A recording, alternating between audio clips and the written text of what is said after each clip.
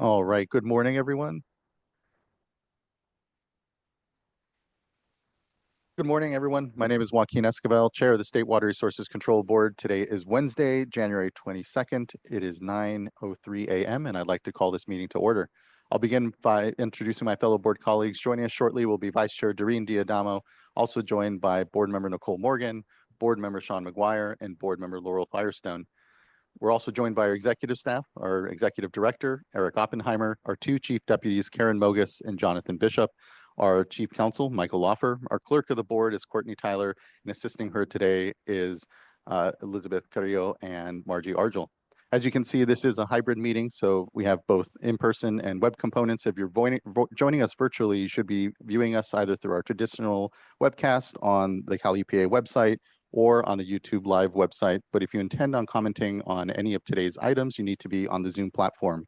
There is a link at the top of the agenda and instructions on how to get onto the platform. But if you're having any challenges, please do just email the clerk of the board at board.clerk@waterboards.ca.gov, and she can help you get onto the platform. Once you're on the platform, your camera will be off, you'll be on mute until it's your turn to speak on the item you've indicated.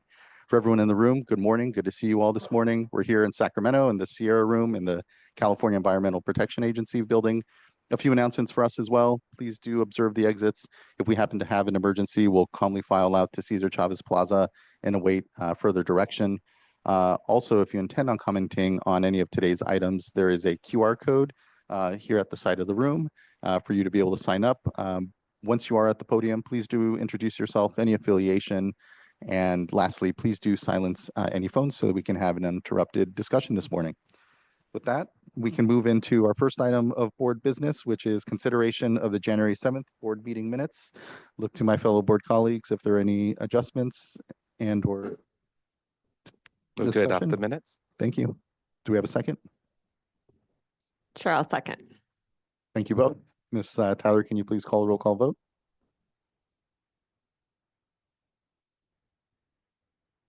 Board Member McGuire? Aye. Board Member Firestone? Aye. Board Member Morgan? Aye. And Chair Esquivel? Aye. Thank you. Thank you as well. Board meeting minutes are adopted. And it brings us to our uncontested item, and which was a consideration of proposed resolution delegating authority to the executive director or chief deputy director at the Division of Administrative Services to execute certain contracts. I think it is still uncontested. And if so, then yeah, and you can go ahead and proceed with the uncontested item calendar, but we did miss public forum in there. Oh, apologies. I completely just jumping straight into my agenda and forgot public forum. Let's go ahead and adopt item number 2 if folks have any other discussion around it, and then we'll go to public forum out of order here. I'll make a motion to move item 2. I'll second. Thank you both. Ms. Tyler, can you please call roll call vote? Board Member Morgan? Aye. Board Member Firestone? Aye. Board Member McGuire? Aye. Chair Esquivel? Aye. Thank you. Thank you as well. And thank you, Mr. Loffer. We do have a couple public forum commenters, and so I will circle back and hear, first we can hear from Bob Gore, and be followed by Jeff Ellsworth. Oh, and the mic is cold. Sorry about that, Mr. Gore. There's a button at the top of the microphone that should be able to. And it even says push on it. I flunked. I should go sit down. Hi, I'm Bob Gore from the Gualco Group. And real briefly this morning to remind us all, anecdotes are the sprinkles on donuts of life. So this anecdote, towards the end of the Shasta Scott proceeding at the last board meeting, one of the wonderful staff members mentioned that certain data that was being gathered could be expanded, I'm paraphrasing, and would be beneficial and good to know, both by the board and the Department of Fish and Wildlife. It's a concern to the fee payers who, as we approach the very first expanded workshop in March, will be focusing, as the chair said, on doing the work in the most efficient and effective manner possible. And with the fee payers, it includes being laser focused on making sure what we're managing and paying for is directly authorized and in statute. The extras, the good to knows are good to know, but they may or may not be something that we can put in what we're doing at the moment. with that inarticulate reminder. We look forward to the first workshop in March and focusing not on fees, but on doing the work in the most efficient, effective manner possible. Thanks. Thank you. We share that goal, Mr. Gore. Appreciate your comment. Next, I'd like to call up Jeff Ellsworth. Oh, hello. Can you hear me? We can. Thank you. Thank you. Hello, Board and Board Chair Esquivel. My name is Jeff Ellsworth. I'm the former mayor of the town of St. Helena, Napa County, from 2018 to 2022. I'm sure you are tired of seeing me here. I too wish I did not have to take this time, but someone must speak up on this matter, and I thank you for the continuing engagement. I wanted to share with you, and I've sent an email with the 2024 resolution from the League of United Latin American Citizens, LULAC, regarding the systemic mistreatment of Latino workers at Upper Valley Disposal Service, Clover Flat Landfill in Napa County. The League of United Latin American Citizens is the nation's largest and oldest civil rights volunteer-based organization that empowers Hispanic Americans. This is a civil rights and a public safety matter involving water contamination and fires pertinent to all of us, concerning a private company, Upper Valley Disposal Service, Clover Flat Landfill, operating on exclusive no-bid government contracts from the County of Napa and the three small Upper Napa Valley cities of Yountville, St. Helena, and Calistoga. Regrettably, what were described as recent investigations into this company by the California Regional Water Board and CAL FIRE failed to include key witnesses and the sworn testimony, open process, and full range of interviews necessary to confront this issue, including the Regional Water Board overlooking or bypassing their own civil rights, environmental justice policies in this matter. The massive impacts of the recent Southern California fires should be all it takes to clarify that we cannot afford to be cavalier in pursuit of wildfire safety. All it takes is one spark at the wrong time and place. And yet the culture at Upper Valley Disposal Service, Clover Flat Landfill, has intimidated workers and the community not to speak up on the ongoing fires and other dangers at these waste sites. Currently, there's a significant federal level lawsuit against the company from nearly 36 affected Latino employees, nearly half of the UVDS Clover Flat workforce. This lawsuit concerns Latino employees of the company exposed to unregulated radioactive industrial waste, a Latino employee death, discriminatory treatment towards Latino workers that includes servitude concerns, multiple injuries, wage claims, Latino workers treated as expendable, and a general history of unsafe working conditions for Latino workers with systemic exposure to fires, toxic smoke and fumes, and untreated garbage wastewater, leachate. Additionally, I'm resubmitting the growing list of environmental organizations asking for Clover Flat Landfill to be decommissioned based on the long history of dangerous fires, large-scale contamination incidents, and unsafe conditions at these Napa County waste sites. Please consider the responsibility we all share in bringing accountability to this matter. In matters of civil rights and the mistreatment of these Latino workers, I think it more appropriate now than ever to share the quote attributed to the German pastor Martin Niemöller in the aftermath of World War II. First, they came for the socialists, and I did not speak out because I was not a socialist. Then they came for the trade unionists, and I did not speak out because I was not a trade unionist. Then they came for the Jews, and I did not speak out because I was not a Jew. Then they came for me, and there was no one left to speak for me. End quote.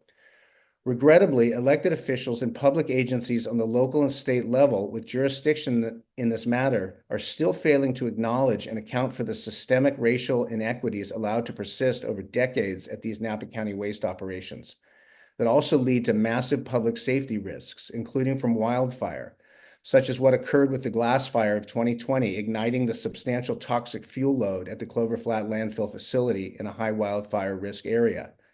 The threat, risk, and lack of accountability continue to this day. Public hearings with sworn testimony are needed to bring this matter to a just conclusion. With the support of the League of United Latin American Citizens and other organizations, we will keep pushing forward for this to occur. I thank you.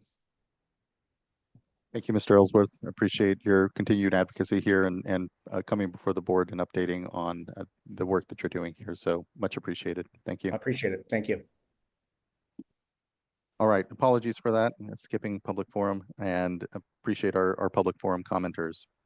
With that, we come back to our regular business, and we are now on item number 3, which is an item from our Division of Financial Assistance regarding amendment to the Administrator Policy Handbook. I'd like to call up folks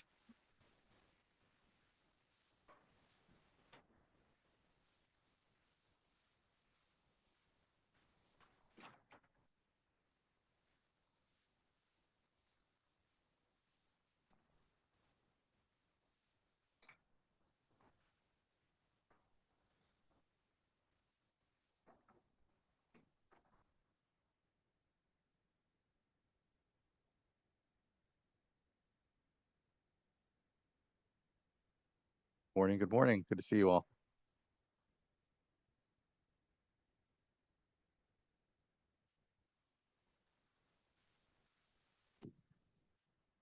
And you might need to bring the mic a bit closer. I think those kind of using one Is that- myself. Yeah. Pick me up there. Yeah. Great. Well, good morning, Chair Esquivel and members of the board. My name is James Garrett, Senior Water Resource Control Engineer over the Small Community Technical Assistance and Administrators Unit at the Division of Financial Assistance. With me this morning are Kristen Abhold, the Assistant Deputy Director over the Office of Sustainable Water Solutions at the Division of Financial Assistance, and also Annalisa Kihara, who is the Assistant Deputy Director over the Groundwater Quality Branch with the Division of Water Quality. We also have Ellen Brooks with the Office of Chief Counsel. Next slide, please. So today's item is considering approval of a resolution to amend the existing Administrator Policy Handbook to incorporate provisions pursuant to Assembly Bill 805 for the appointment of administrators to inadequate sewer services. The Administrator Policy Handbook was originally adopted by the State Water Resource Control Board in September of 2019, and the most recent revision to the handbook was adopted in September of 2023. The purpose of the Administrative Policy Handbook is to provide standards, terms, and procedures that apply to the selection and duties of appointed administrators for designated drinking water systems. Under the current version of the policy, the State Water Board has authority to appoint an administrator over one or more designated drinking water systems. Once appointed, that administrator is required to accept, that drinking water system is required to accept from the administrator administrative, technical, operational, and/or managerial services, including full management and control of all aspects of the designated water system. The administrator can also provide full oversight of construction or development projects related to a consolidation or extension of service. This can include accepting loan and grants issued by the State Water Board and entering into contracts on behalf of the designated water system. And so this map to the right on the screen here is just to show you the current administrator appointments that we have throughout the state. To date, the Water Board has designated 16 drinking water systems as being in need of an administrator. We have currently provided funding for 15 drinking water system administrators, and we are now in the process of executing funding for the 16th.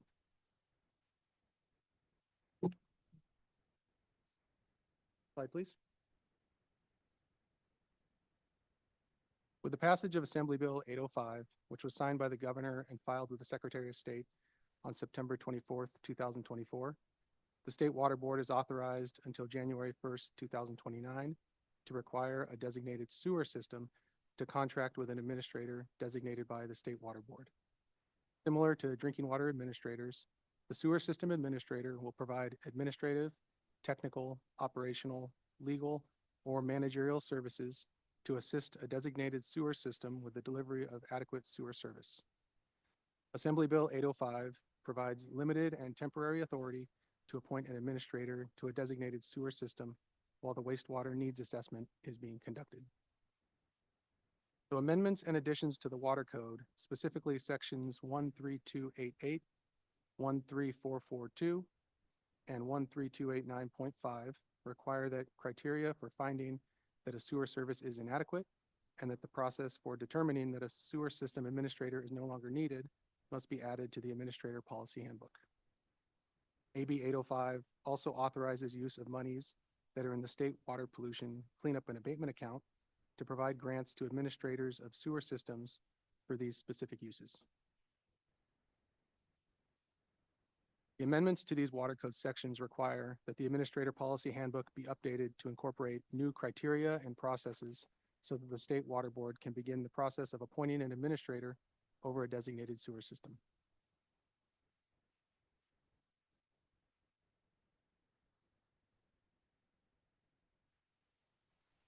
So with the Policy Handbook amendment, we've made changes throughout that will allow the sewer system administrator designation process to follow the existing process that has been used successfully to appoint administrators over drinking water systems.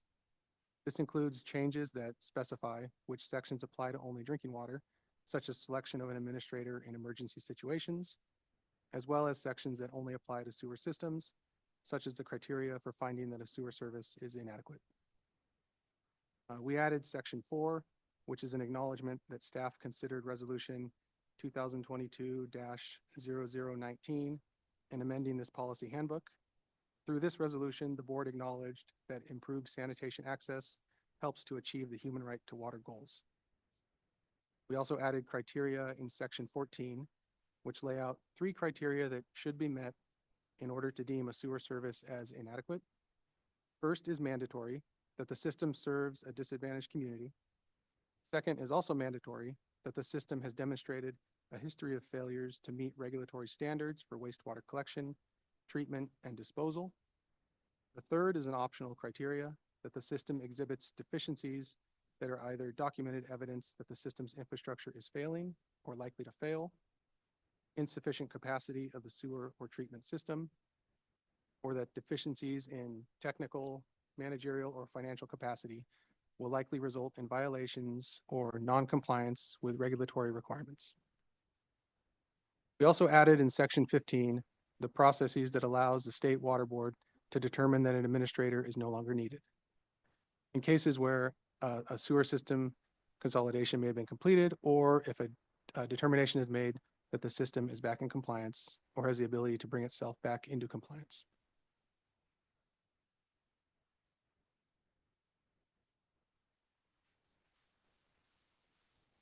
And so with that, that brings us to the staff's proposed actions today. We propose that the board adopt the updated administrator policy handbook and order that it be posted on the State Water Board's website. We're also proposing that the board authorize that the executive director or his designee to perform all acts and to do all things necessary and convenient to facilitate the implementation of the State Water Board's authorities under Water Code Section 13289.5.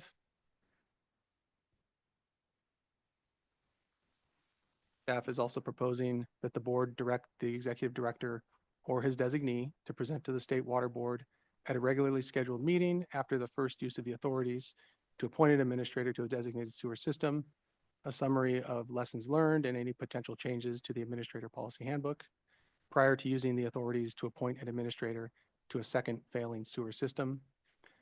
And finally, we propose that the board direct staff to engage with stakeholders and provide notice and opportunity for public comment at least 30 days before bringing to the State Water Board for consideration any potential changes to the administrative policy.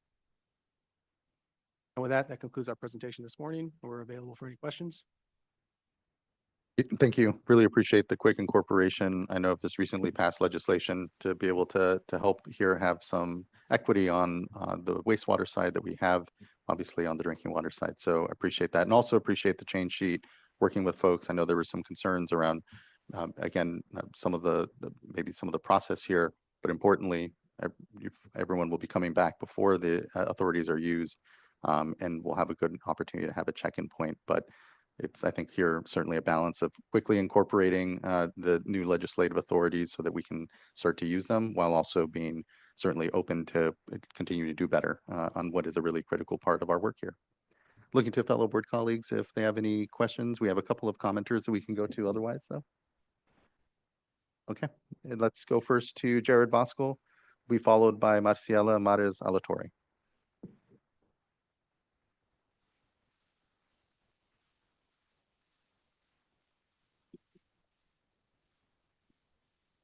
Hi, good morning. Good to see you, board chair and members. Jared Voskel on behalf of CASA, the California Association of Sanitation Agencies.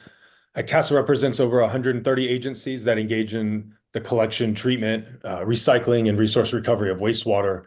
And oftentimes our member agencies will be included in the work that's being discussed more broadly with this administrator handbook, as well as with issues in Senate Bill 1215 and AB 805. Just a few brief comments this morning. First, a thank you to staff for their swift connecting with us to talk about this process, kind of where it was coming from so quickly, and introducing red lines without really having any comment period or otherwise. And hearing that concern, they very quickly pivoted to provide for the execution of this authority just in this first time instance, and then going back for a real formal process and lessons learned. That was satisfactory to us, but we had to get there, and getting there it was a bit of a tough proposition with the timing. And hearing the context for the East Orosi community, we were sympathetic to that and understood the need. And so we're glad to work with staff through that. A couple of substantive comments. I think that, maybe it's not going to happen today, but I do want to note the definition of administrator in Assembly Bill 805 is defined as meaning a person whom the state board has determined is competent and willing to perform. That willingness, I think, is really integral to how this goes forward. And so in terms of those minimum qualifications that are in the handbook, we definitely think willing should be put in there so that it reflects the statutory code. And then also in terms of some of the other language in legislation, how it was kind of translated into the handbook, we just encourage you all to really make sure it pairs and, dot your I's and cross your T's, that, there's no misinterpretation or variation in what the statute says and what the handbook says. But I think from kind of my understanding that through this process, we'll have another bite of the apple to really look at this. And so with that, we can, go forward with your adopting this today, and we are thankful to staff for the chances later on to keep working on this. Thank you. Thank you, Mr. Voskuhl. Appreciate you working with our folks and understanding of the need for some expediency here and adopting the amendments to the policy handbook, and importantly, the changes in law, but definitely open to continue to make sure we improve. So just thank you. Appreciate the engagement on it. Next, I'd like to call up Marciela Mares Altore, be followed by Debbie Mackey. Good morning, everybody. My name is Marisela Mares Alatorre. I'm a community solutions advocate with Community Water Center in Visalia in the Central Valley. For the past 2.5 years, I've been working with residents in the East Orosi area. Consistently, people have called me seeking help for issues related to the East Orosi Community Services District. The issues range from needing assistance when raw sewage seeps into their yards and patios, and the district is not responsive, to requesting assistance with correct accounting on their wastewater bills. The need is so great for correct accounting that I regularly accompany several residents to the EOCSD office to witness their bill pay so that they're not overcharged from month to month. So for several months last year, the office was closed from July to December, leaving residents with little recourse when they needed their wastewater issues addressed. Furthermore, no bills were issued to residents during this time. So now that the office is opened up again, residents are receiving huge bills because they didn't accept bills that were mailed in. So they let all those bills accumulate for almost 6 months, and most of them that are being issued are incorrect anyway. So currently I'm working with a resident with 5 children who has to keep her septic tank uncovered so that they can manually unplug it so that her family can use the facilities. And they've let the district know, and they've done nothing. There's another elderly resident who can only use her toilet for urination because she cannot flush due to her septic tank being completely full. She has to go to a neighbor's house for her other needs, and this has been going on for over a month. She's scared to ask for help from the district. One, because they're often closed or unresponsive to calls anyway. They're only open 1 day per week right now, as is. 2, because she's afraid of retaliation from the staff person at the office who's really abusive. This staff has been abusive to community members for years, including threatening community members with ICE if they don't pay their bill immediately, whether it's right or wrong. She's abusive to the community with little to no oversight, and exacerbating the situation is the fact that East Orosi Community Services District Board has not met since October of 2023. There has been no oversight because they can't pull together a meeting since then. Again, there's very little recourse for residents experiencing issues with their wastewater. People shouldn't live this way. They shouldn't have raw sewage seeping into their yards, that's the bare minimum, I think. East Orosi is in need of a competent wastewater administrator who will be responsive when residents have these issues. Additionally, they need an administrator who will have correct accounting so that residents are not overcharged and financially abused.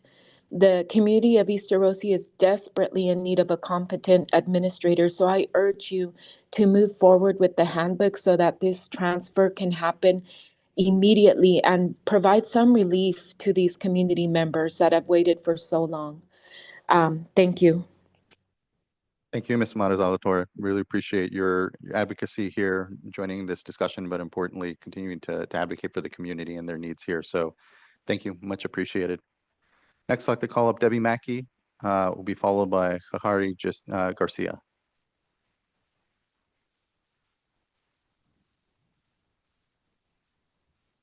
Okay, let me see if I can do my. There we go. Thank you. Good morning, board chair and board members. Debbie Mackey with the Central Valley Clean Water Association. And I just want to thank you for the opportunity to talk this morning. First, I want to also thank board staff too for reaching out last week as we, in order to help answer some of the questions that we had. And we talked to actually even yesterday concerning some of the questions. I want to support the comments that were made by Casa and Jared Voskuhl, as we are very much aligned with those. I think the biggest, as part of working with the wastewater needs assessment and hearing some of the concerns and looking at this in comparison to some other areas, there's a lot of, one of the things that gives us comfort is we know that this is coming back before the board. And when I say this, it's if a system is going into need, if this is going to be implemented, that action is going to be coming up with the board. So we're going to be looking at that. But I think with the wastewater needs assessment, and I know I'm going more towards that, is we do have great needs, and we want to make sure that, like Jared said, that we have willing systems, that we have systems that are acting in the best interest of their customers, and that we are using funds wisely. And so with that, we don't oppose the moving forward, but we really strongly want to continue to be involved and understand what's going on as we look towards, especially in the Central Valley, as we look towards different things like consolidations, like trying to address different water quality problems, and then those differences as we look to, and this is where with, especially with the community of East Orosi, there's some questions is, when you have a septic and you have a sewer system, how that those two interface, especially in light of these, this new legislative directive. So, anyways, I know that if I still sound a lot confused by this, it's still trying to wrap our hands around it. But thank you for the opportunity to talk. I appreciate the engagement, and to your point, my mind certainly does go to the wastewater needs assessment as well. This will be a tool that we'll need to be using, not unlike on the drinking water side, but as you know, we're further behind on the wastewater side, so we don't have as many cases right up front.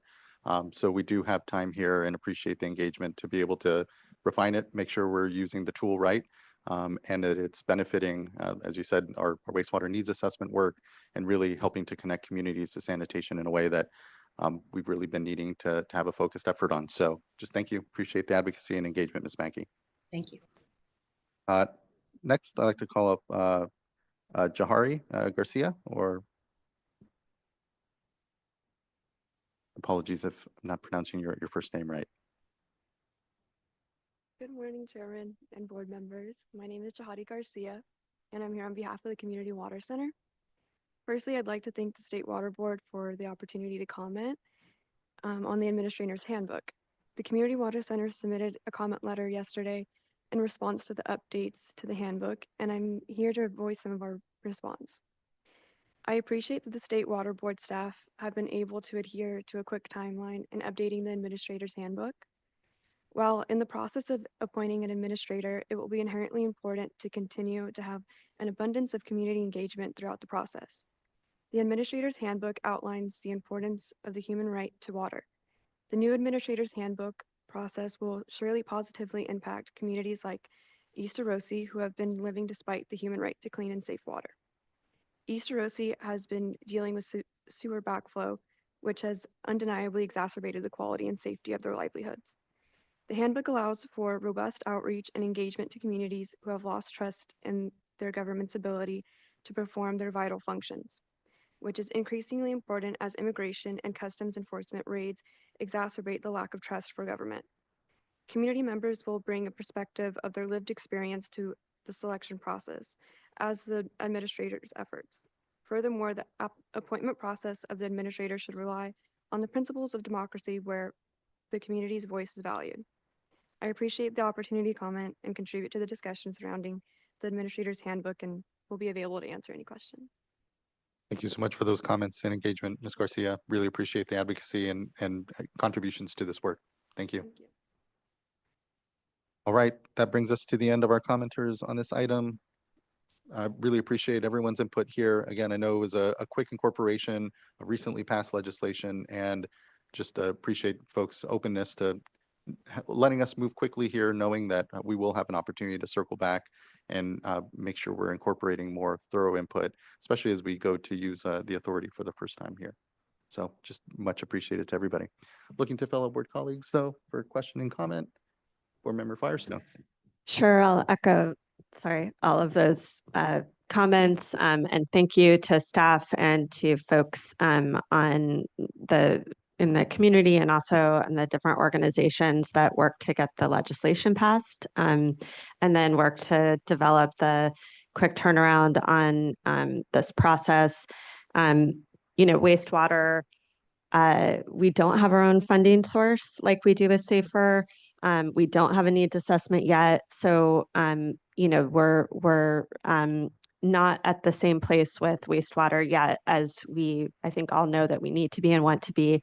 But the community of East Arosi has been, I know personally, has been dealing with unsafe sanitation issues and just a breakdown in their wastewater system now probably for decades. And I think it's a really good example of the type of community that goes really falls through the cracks within our systems because it wasn't even enrolled in a regulatory program at all. And so, appreciate the Region 5, our regional board and enforcement staff that have worked to investigate to make the findings and necessary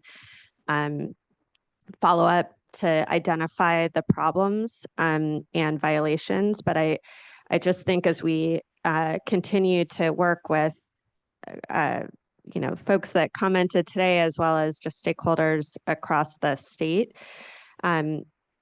there's just a real challenge in trying to make sure that we're able to identify and work with these communities that really have fallen through the cracks and are bearing the worst brunt of a lot of these challenges. So I'm really excited about the wastewater needs assessment.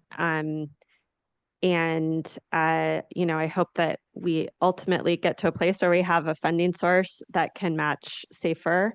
And I also just appreciate the need to move really quickly with East Arosi in particular. Look forward to the continued dialogue around how we evolve this. Thanks. Thank you, board member, and appreciate your personal involvement and advocacy here has made a difference and really appreciate that. Board member McGuire. Yeah, I just want to thank staff for so quickly working on this and pulling the edits to the administrator handbook together in response to the legislation. I mean, it's clear that the legislature and the governor acted for strong reason, recognizing that we need this tool. There's a place for it. I heard compelling stories about East Arosi. I imagine there are probably other systems in the state that are slipping through the cracks. And I'm really anticipating the wastewater needs assessment and it filling in some of those gaps in our understanding for where those sanitary sewer needs are. At the same time, this tool, as we're using it very judiciously in the drinking water side, is a very powerful tool. It's the state stepping in and taking over temporarily, albeit a system, and with the best intentions, and for good reason, and in all the cases that I've heard about. But nonetheless, it is a big step. It's a big deal, and so while I appreciate the urgency that's behind this initial effort, I also appreciate the care that's being provided to allow for additional public discussion about the administrator process. I don't think that the wastewater systems that could be affected by this, maybe this was on their radar, that this is brand new legislation that just came out. There's a lot happening in this space. So I appreciate that there will be more opportunities for input and engagement in terms of what this process should look like, and that there's also going to be opportunities to weigh each of these decisions as they come up. I think both those steps are important for different reasons. So just thank you for that. I think with those changes, it has added to my comfort in moving forward. I was feeling a little bit rushed in terms of the process. So I think these added steps really will help solidify this and have a really meaningful handbook going forward. So thank you very much for that. Yeah, thank you. Appreciate those points, board member. What I'm reminded is that we're the only state in the nation that has mandatory consolidation authorities and the ability to appoint administrators the way we do. And it is important that we make sure we use those, importantly for the benefit of communities, but in a way that builds trust in our authorities around it. So I appreciate those points. Board member Morgan. And thank you. Also, just want to thank staff for pulling this together quickly. When I first learned of SWRCB almost 10 years ago now, they were looking for a tool like this. They wanted someone to come and to help them. They've been asking for help for a long time. And so, in this case, I understand from some of our stakeholders, the want for, more process to really make sure that we're using the tool, wisely and as is wanted. And, I understand that. And in some cases, that is what is going to be needed. For SWRCB, it's almost the opposite of where they really wanted someone to come and to help them. They needed help and they've been asking for help for a long time. So for them and for some others out there, there's other communities that want help, that want someone to come and help them. And they want to make sure that there is a streamlined process to make sure that they get that help as soon as possible. So, I really want to make sure that we find a balance, that we are listening to those communities that are crying for help that have been for a long time, whether it's on the drinking water or on the wastewater side. There are more wastewater communities out there that want help, that need help, that really want, whether it is a full administrator or it is a part-time where they needed some limited help. And so, again, just thank you for, really getting this through for SWRCB. They've wanted this help for a long time. They've needed this help for a long time. And so thank you also for those other communities that really want this help and that need this help, that are out there that, have been also raising their hands as saying, we need help, please. Is there someone who can? Because these communities, they have complete failing systems. These systems is not only impacting their health and their daily lives, where sewage is it's surfacing. It's impacting their drinking water supplies, and we need, again, we really need to have a tool that works for repairing those that have been underserved historically, and making sure that we can get in as efficiently and as effectively to help them and bring the expertise and the resources to them to correct those wrongs. So again, thank you. And if there are no other comments, I'm more than happy to make a motion to move this item. For that, and thank you for your advocacy, especially in the wastewater side and the needs assessment. Board member, just looking to Vice Chair, no comment, then I think we are prepared.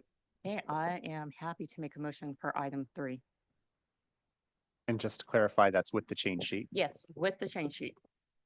I'll you. second. Thank you both. Ms. Tyler, can you please call the roll call vote? Board Member Morgan, Aye. Board Member Firestone, Aye. Board Member McGuire, Aye. Vice Chair Diadamo, Aye. and Chair Esquivel. Aye. Thank you. Thank you as well. The vote is unanimous and the item is adopted. Again, really appreciate the work from everyone. Looking forward to updates on the work. So thank you.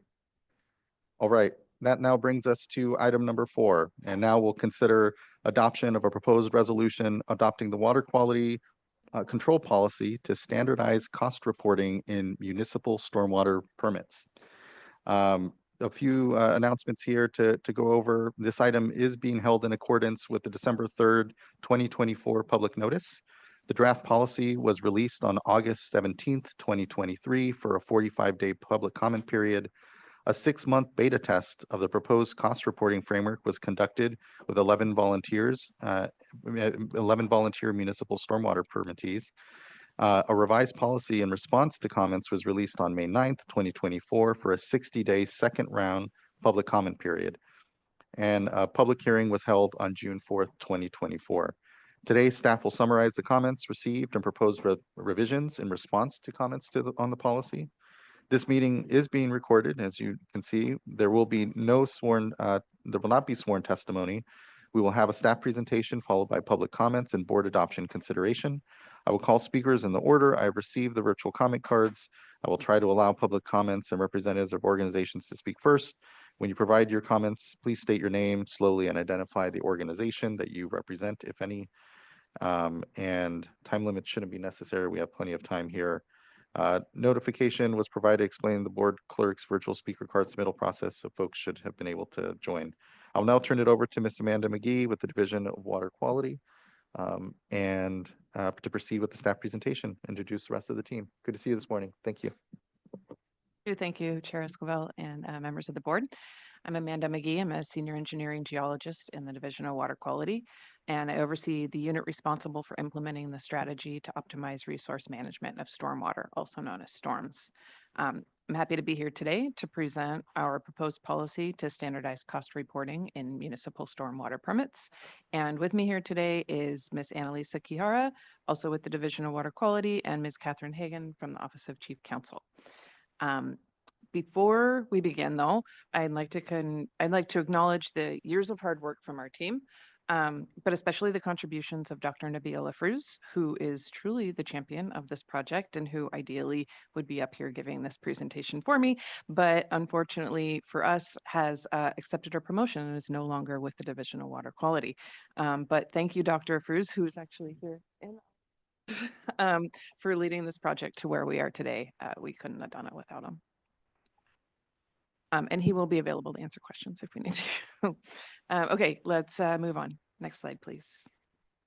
All right, so diving in my presentation today, I'm going to primarily focus on our responses to the second round of public comments regarding the draft policy language and any changes proposed to address those comments.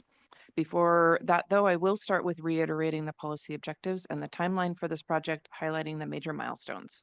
I'll wrap up with the implementation plan, which is outlined in the proposed final draft policy language and the proposed adopting resolution. Next slide, please. To start off, I'd like to note that the documents proposed for adoption today are the policy and the policy resolution. Next slide, please. So a little bit of background. The idea of this policy was prompted by the California State Auditor in 2018. That audit report recommended to adopt regulations regarding adequate and consistent stormwater management cost information. The goal of this policy is listed up here to identify true costs associated with each permit element, to estimate implementation costs for new permit requirements, and to promote transparency through statewide uniform cost reporting. Next slide, please. So specifically, the policy accomplishes 3 things. It establishes statewide cost reporting requirements for Phase 1 permittees and establishes a streamlined version of these requirements for traditional Phase 2 MS4 permittees. It requires reporting these costs in a cost data portal to allow for standard machine-readable data, and it also instructs the water boards to incorporate these requirements into any future or reissued municipal MS4 permits. Next slide, please. So this slide highlights the approach that we followed to get to where we are today. So as I mentioned earlier, the development of the policy was initially prompted in 2018 by the state auditor and then was identified as a board priority in 2021. Around this time, STORM staff started a thorough review of MS4 permits and annual reports and also performed case studies with some initial cost categories. In 2022, staff held a public workshop to gather feedback from permittees and had one-on-one discussions with staff from each regional water board regarding potential uses of cost data. All of these discussions informed the draft policy that was initially released for public comments in August 2023, which coincided with a 6-month beta test of the proposed cost categories and data portal. Based on feedback from that beta test and the comments received during the initial public comment period, we released a revised draft for a second round of public comments in May 2024. In December 2024, we released another response to comments document along with a second draft policy and staff report, which leads us to where we are now, considering the policy for adoption. Next slide, please. So during this second public comment period, we received 15 comment letters from individual permittees, 1 letter from the California Stormwater Quality Association, and 1 from California Coastkeepers. While the majority of the comments received focused on the draft policy, some commenters also shared their thoughts on the cost reporting guidance and adopting resolution. In the next few slides, I'll go over a few major comments, our responses, and discuss changes made to the proposed policy. Next slide, please. Before we dive into that, though, I do want to note that several comments submitted by interested parties reiterated requests made during the first round of public comments. These concerns have been previously addressed with explanations provided on how accommodating such requests was not in line with the intended policy objectives. Such comments included requests to completely exclude all Phase 1 permittees from requirements, to allow simplified reporting formats for small Phase 1 permittees, require only category-specific reporting, remove requirements to report BMP, to report structural best management practice design details and street sweeping program specifics. But like I said, these comments have already been addressed in prior board meetings, and we will not be discussing responses to these comments today unless you all have specific questions, which we can go into later. More information can also be found in the response to comments documents. Next slide, please. So now we'll go into the major comments received during the most recent comment period. The proposed policy includes a cost reporting framework with categories and subcategories. Based on the first round of feedback, we removed some subcategories, but there were still concerns about the burden of tracking cost under the remaining subcategories, as well as requests for better explanations for the remaining ones. Some permittees suggested edits to make the subcategories easier to understand. We accepted most of these suggestions and updated the list of subcategories, which you can see in this table here. And just to clarify, categories that are not shown on this slide, categories 2, 5, 6, and 7 do not have any subcategories and aren't depicted on this table. Next slide, please. One of the subcategories in the proposed cost reporting framework is intended for costs associated with structural best management practices, or BMPs. Based on comments received, the policy was clarified to explicitly state that this cost reporting requirement is only for public permittee-owned projects.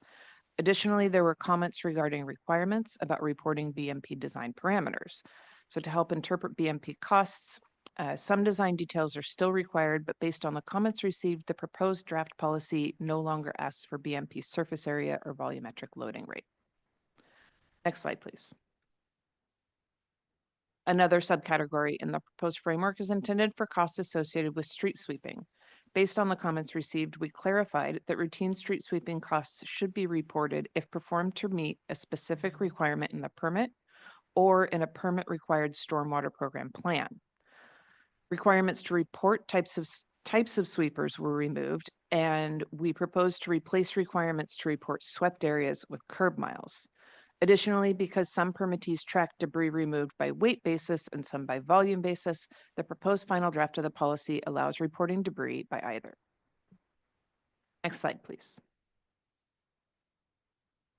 Some permittees expressed concerns about the requirements to report the exact amount of funding from each source used for permit implementation.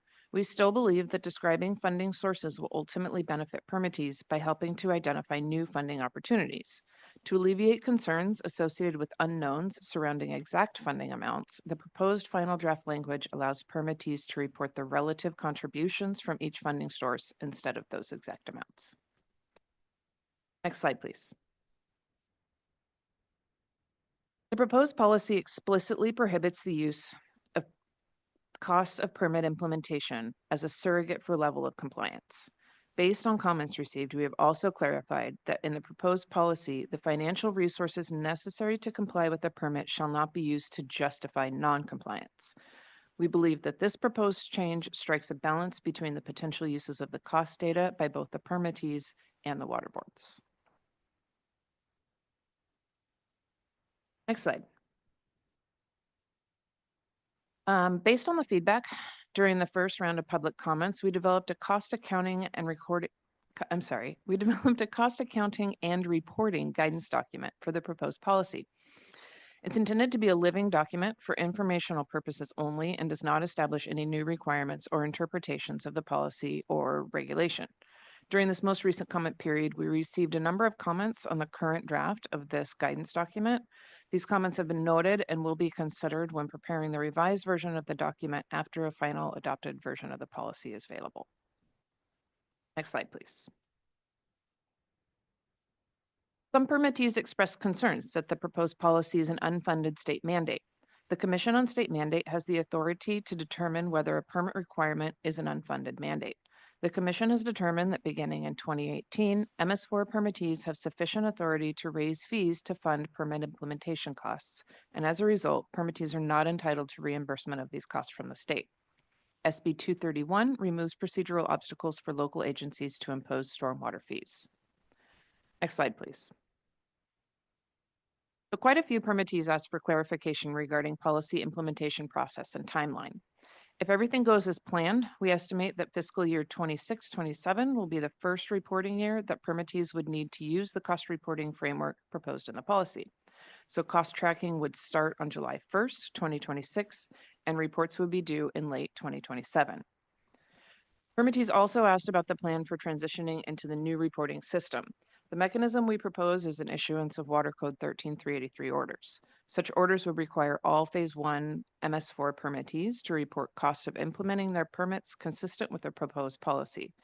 Reporting requirements for traditional Phase 2 permittees would be incorporated into the statewide Phase 2 permit upon reissuance. Next slide, please. So now how are these orders going to work and how are we addressing concerns about duplicative reporting? So based on our review, permittees from 6 regional boards can comply with a 13383 order with no additional burden. 3 regions, you guys are going to have to bear with me here. 3 regions, the Lahontan, Colorado River Basin, and the Santa Ana regions don't currently prescribe any specific reporting format. So for these regions, the proposed format in the policy will be the only one that they need to follow. Permittees from North Coast, Central Valley, and San Diego regions are in a similar position. These permits do mention some specific categories for cost reporting, but they're already subsets of what's in the proposed policy. So for example, the Central Valley MS4 permit asks for broad operation and maintenance costs. The proposed framework covers that. So permittees can use the new framework and meet requirements of both the policy and their respective permits. Now, the San Francisco, Central Coast, and Los Angeles regions are where we see potential challenges. While there are strong similarities in the cost reporting requirements for these regions, the formats are not identical. That means the proposed framework alone won't fully meet their permit needs unless regional boards take regulatory action to align with the policy. So for these regions, we plan to issue region-specific 13383 orders, which will include crosswalk tables intended to map permit-specific requirements to the new framework. The goal is to reduce the burden of preparing 2 separate reports and to streamline the process for the permittees. We're confident that the crosswalk will be helpful as there are high similarities between the proposed format and the existing permit requirements. Next slide, please. Multiple comments requested to include language into the policy or adopting resolution that commits to a future review of the policy.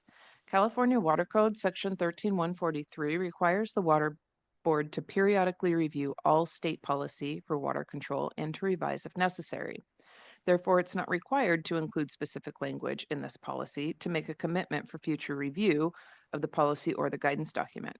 However, to ensure the review takes place in a reasonable timeframe, the adopting resolution includes language that requires staff to conduct a review of the policy after collecting 5 years worth of data. Such review would include an assessment on the lessons learned from policy implementation, and the findings may be presented to the board for any recommendations for amendments to the policy. Next slide, please. So what are the next steps in this process? Assuming the policy is adopted as proposed today, we plan to work with permittees over the next few months to develop a revised cost reporting guidance, which will then be reviewed annually and amended as necessary. We will also begin issuing Water Code 13383 orders later this year. In early 2026, we will open the cost data portal for registration.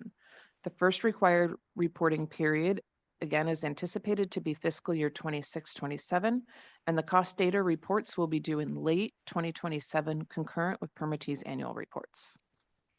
Next slide, please. As noted earlier, staff recommends adoption of the water quality control policy for standardized cost reporting and municipal stormwater permits and the associated policy resolution. Next slide. And with that, my presentation is complete. Thank you again for your time today, and I'm happy to answer any questions. Well, thank you as well. I just appreciate everyone's work on this. I know it has been a lot of back and forth, a lot of work these last years on this, and just very appreciative of the time everyone's really put into this to make it as best a policy and document as we can have, so that we can really now move forward and be able to be better asking questions and understanding the costs that are being borne on the permittees, but importantly, how we can fund better this work and these projects. So just thank you. Really appreciate, again, everyone's contributions to what has been a very thorough document here. Looking to fellow board colleagues, if off the bat they have any questions or comments. We have a few commenters here that we can go to, though. Okay, seeing none, let's first go to our first commenter, who will be Sean Bothwell. We'll then go to Jenny Newman. I know she marked here, speak if necessary. So if you have a comment, then great, Ms. Newman. And then our last commenter will be Karen Cowan. Morning, good to see you. Good morning, Chair Esquivel, board members. Sean Bothwell, I'm the Executive Director for California Coastkeeper Alliance.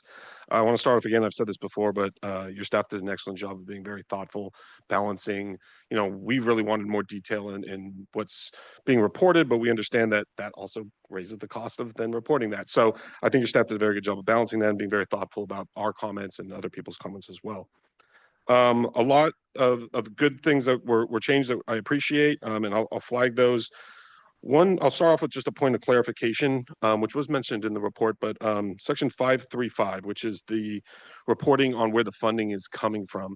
I have a question and then a comment. The question is, so the second sentence there talks about tracking the sources of funds and what it's allocated to.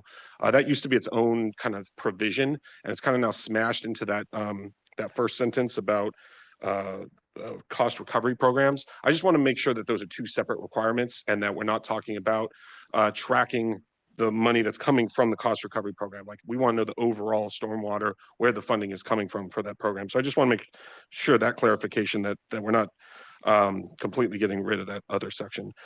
My other point, and this was brought up in the presentation, was the idea of a relative contribution in percentage.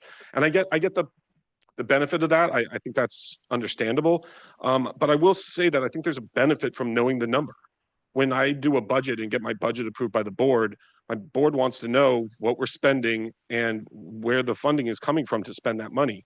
And if we're only giving specific numbers as to what it costs, I want to see that the budget is balanced, that they are bringing in funding, because if those numbers are way off, how are they paying for that if those are truly the costs? And again, that gets mostly back to just accuracy, making sure that what they are reporting as costs is true, and it should be reflected in what they're bringing in for the funding. Those two should balance each other out. So I think that number is important.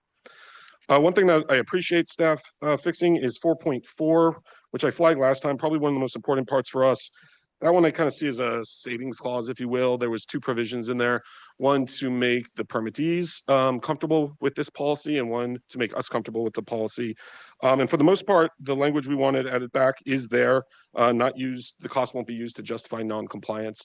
I will say that What's still missing is that the water boards won't use that data to make permits less stringent. Just flagging that. I understand where staff is coming from on that though, and appreciate the fix overall. And then, sorry.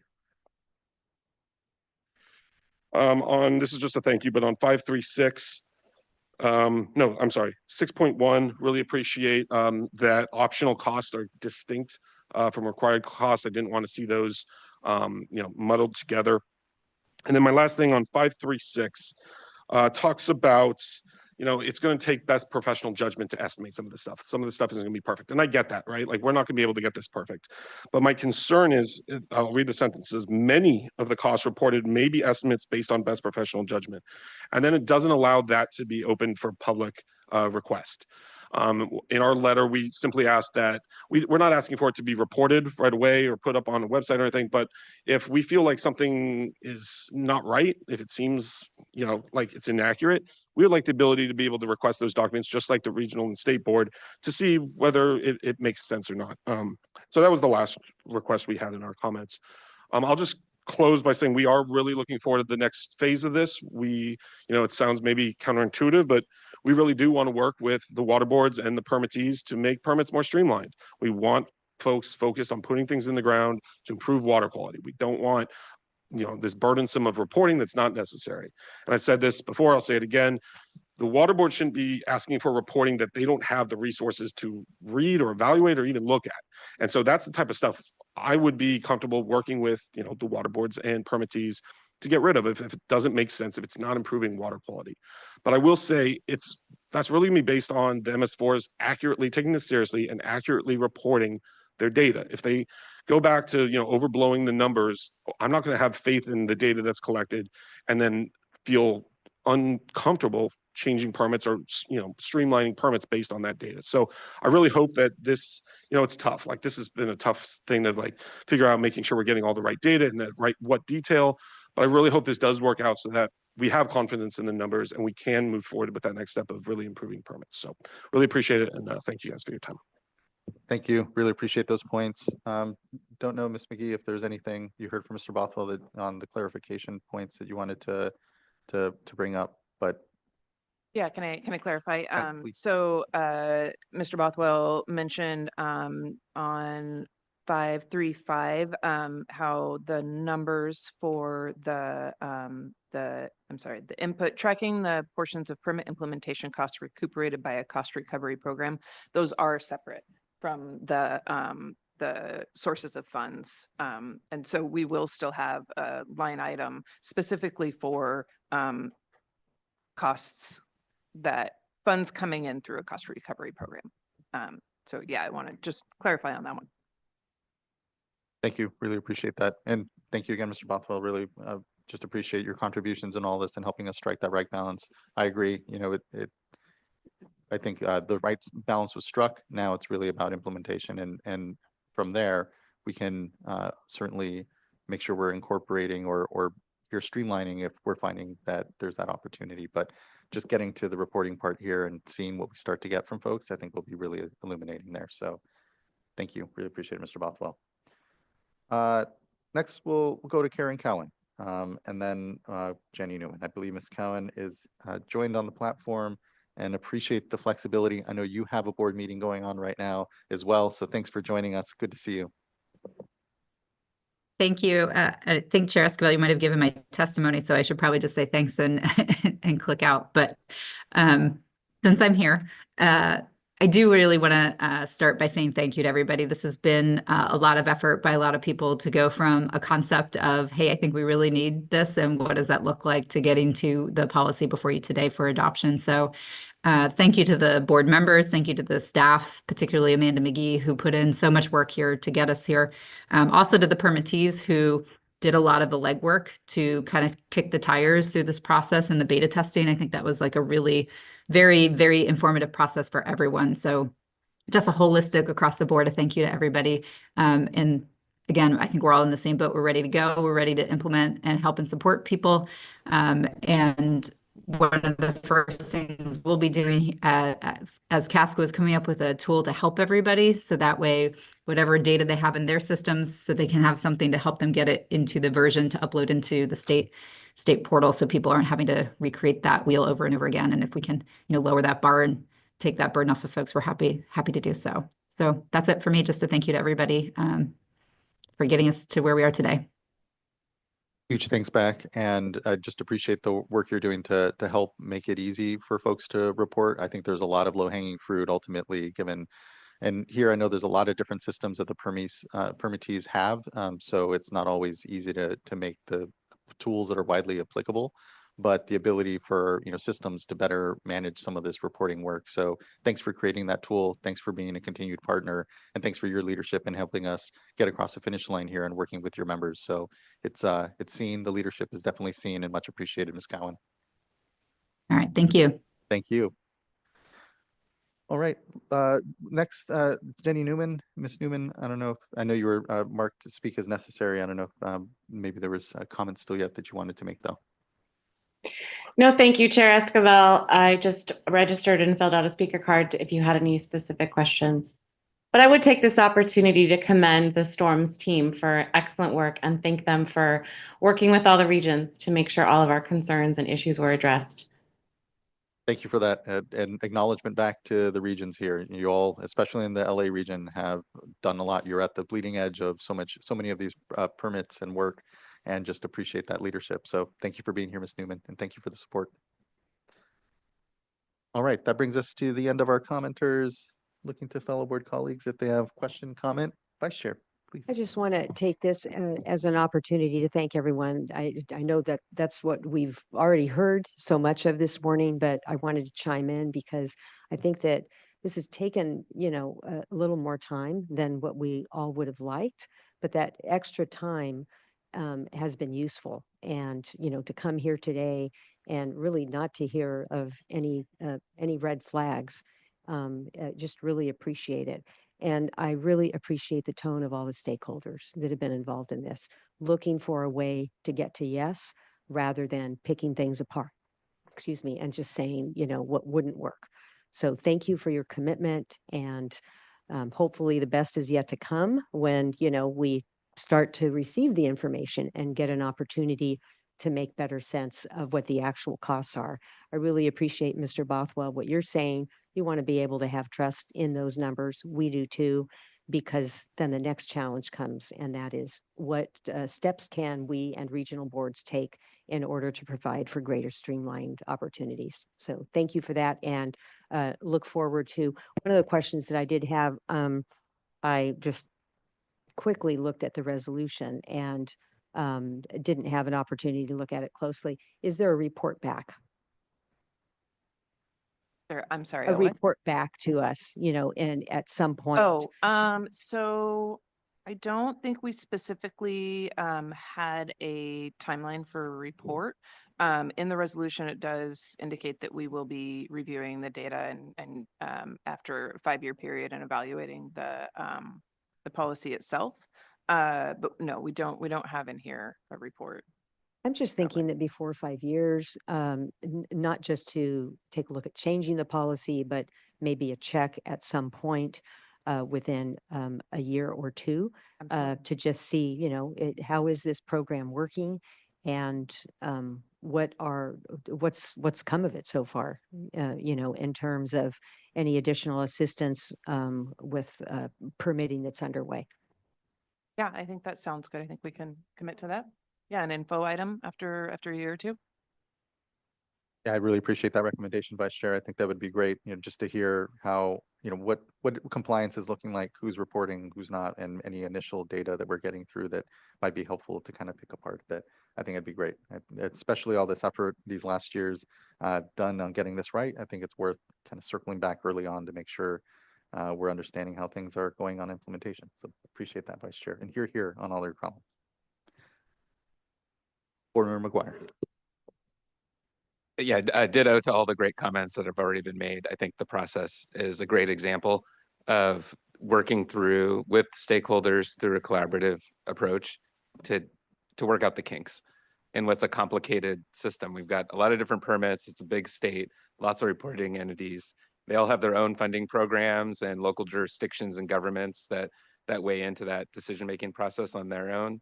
So it's a complicated mechanism, especially stormwater. And so thank you for working through that, because I think we've landed at a place that works. And I am, just like everyone else, excited to see the information as it comes up. I'm a little disappointed it's another year out, but that's all right. And I'll say that because we spend a lot of time talking and thinking about cost of compliance in all of our programs. I mean, we're mostly a fee-based organization. It's not always a direct apples to apples comparison when we're making those types of water quality protection decisions, but cost is a factor. And achievability for these programs is a factor, and stormwater is just a case study in that, and how difficult and challenging it can be to address some of these issues. But a lot of it has been unclear. You know, where are those limits? What is reasonable? And so I think this information, having it reported more consistently statewide, is going to be very informative. And I also think it can be instructional for other programs that we have at the state board as well in the long run. I think this can be the start of perhaps, hopefully, something that can be a useful tool to inform different decisions as we go forward in the future. So, you know, thank you for these initial steps. I think it'll take some time for that to be clear, but that's what my hope is here. So I think that's all I had to share. So thank you, appreciate it. Thank you for that, board member. And if there's any further discussion at the dais, and if not, I think we may be prepared for a motion. I'd be happy to make a motion to adopt the resolution under item 4. Second. Thank you both. Ms. Tyler, can you please call roll call vote? Board Member McGuire, Aye. Vice Chair Diadamo, Aye. Board Member Morgan, Aye. Board Member Firestone, Aye. and Chair Esquivel. Aye. Thank you. Thank you as well. The vote is unanimous, and the resolution and policy is adopted. Huge congrats to everyone in this great work. As always, when we have these adoption moments, now the real work begins, but we have our best foot forward for sure on it. Just really appreciate the great work. So thank you. All right, that wraps up item number 4 and actually brings us to our last item today on the agenda, which is board member reports. Looking to my fellow board colleagues if they have anything they'd like to report, as I try to quickly pull up my calendar myself. Yeah. Last Friday, I had the honor of attending South Mesa's ribbon cutting. It was just 11 months after the groundbreaking, so that's pretty awesome. And so it is just I shouldn't say just, but the water board provided I believe it was $10.2 million grant for the water system. And it consisted of a new well and some distribution mains to upgrade aging infrastructure. That there was just I'm going to say kind of the kickoff of a larger regional project. And so the start of that made the neighboring systems, they all just started talking and saying, hey, you know, we have a real opportunity here to do more. And so they really started taking a look, and they included, you know, there's a new tank that's involved. They're also going to be doing some groundwater storage and some recharge, and just there are, I think it was a total of like 5 different agencies that came together and to really do some regional work and to really just do some recharge in the area, one of the largest groundwater basins in that area. And so it really ended up being this collaboration and really looking at how they can all come together, work together, and to do this larger project that is going to benefit the region. And so it's really cool, really amazing just to see how they all just look at how can we all benefit from this, I'm going to call it a relatively small project, to how they can come together and just do more.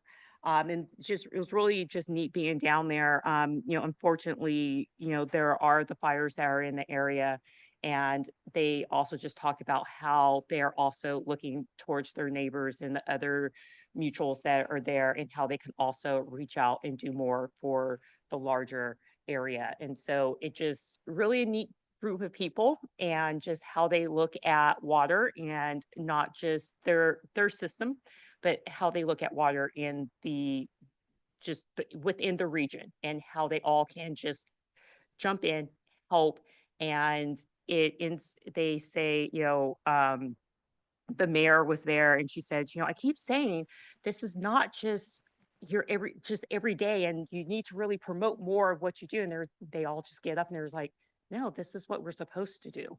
This is, it is something that is every day and what we're supposed to do. And she's like, this is bigger. I need you guys to promote what you do and show, that this is really more in collaboration and be leaders. And they're just really humble. And so it's a really cool group of people. And I was really honored just to be able to be there 11 months after the groundbreaking, just to really see everything come together and move forward. And while I was there, also just got to check in on a septic to sewer project that had just started when I was there last, and see just the progress that had been made there. A lot of just knocking on doors, going around and getting the word out of that project. And that's really cool too, just because, it's a defined area, and them getting out, knocking on doors, just letting those neighbors know that this project is happening.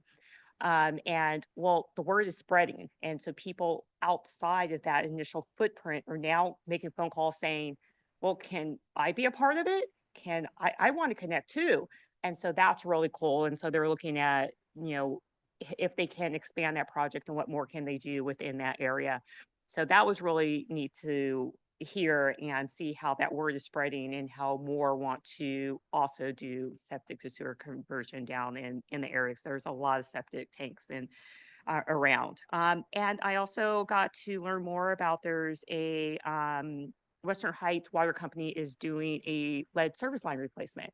So that was also neat just to see that area and to hear about that project too, and hear about they're in the early stages, but that's also just another great project that's happening. There's a lot of good work, and they're just really looking to just do more within the county and the area, and just a lot of good work within water quality happening.